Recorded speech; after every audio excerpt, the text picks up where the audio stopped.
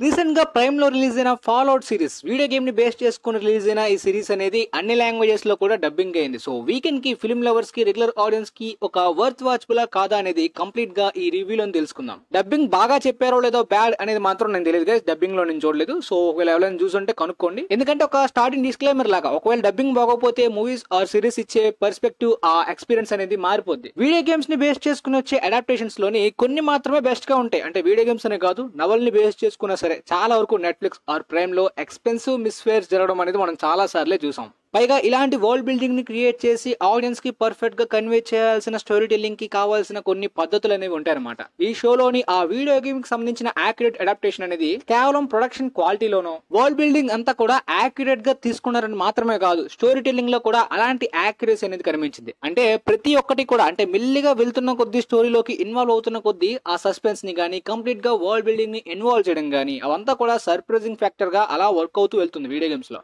ఇక్కడ story telling కూడా అలాగే మెల్లిగా రివీల్ చేస్తూ ఆ క్యూరియాసిటీ గానీ సస్పెన్స్ ని బాగా బిల్డ్ చేస్తూ మంచి ఇంట్రెస్టింగ్ వేలో వెళ్తుంది. ఆ ప్రొసీడింగ్స్ వెళ్తున్న కొద్ది వరల్డ్ బిల్డింగ్ గురించి రివీల్ చేస్తున్న కొద్ది సర్ప్రైజింగ్ ఫ్యాక్టర్స్ అలా ఒక్కొక్కటిగా మంచి ఎక్స్పీరియన్స్ ఇస్తాయి. అంటే వరల్డ్ బిల్డింగ్ కి కావాల్సిన స్టోరీ టెల్లింగ్ అనేది ఎంత స్టడీగా ఎంత పద్ధతిగా వెళ్లాలో అనేది మాత్రం ఈ సిరీస్ చూస్తున్నప్పుడు అర్థమవుతుంది అనమాట. కొన్నిసార్లు వరల్డ్ బిల్డింగ్ అనేది స్టోరీ టెల్లింగ్ లోనే అన్ని ఒకేసారి మీద పడేస్తారు. దానివల్ల వరల్డ్ బిల్డింగ్ జరుగుతున్న క్లమ్జీగా కంపుగా అనిపిస్తుంటది ఎక్స్పీరియన్స్. బట్ ఇక్కడ మాత్రం కొన్ని ఎపిసోడ్స్ ని జోనథన్ నోలన్ గారు కూడా డైరెక్ట్ చేయడం అనేది బాగా ప్లస్ పాయింట్ అయింది. స్క్రిప్ట్ అయితే మాత్రం మంచి స్క్రిప్ట్, మంచి కాన్సెప్ట్ అనమాట. ఆ ఫాల్ అవుట్ వీడియో గేమ్ ని అడాప్ట్ చేసుకోవడం. కాకపోతే మంచి అడాప్టేషన్ కి తగ్గట్టు స్టోరీ టెల్లింగ్ డైరెక్షన్ ఇచ్చే వాళ్ళు కావాలి. సో అలాంటి డైరెక్టర్స్ గానీ ఆ వర్క్ అంతా కూడా బాగా జరిగింది. కాకపోతే కొన్ని మైనస్ పాయింట్స్ ఉన్నాయి. అది ఏంటంటే ఎమోషనల్ గా కన్వే చేయడానికి చాలా స్టఫ్ ఉంటుందన్నమాట.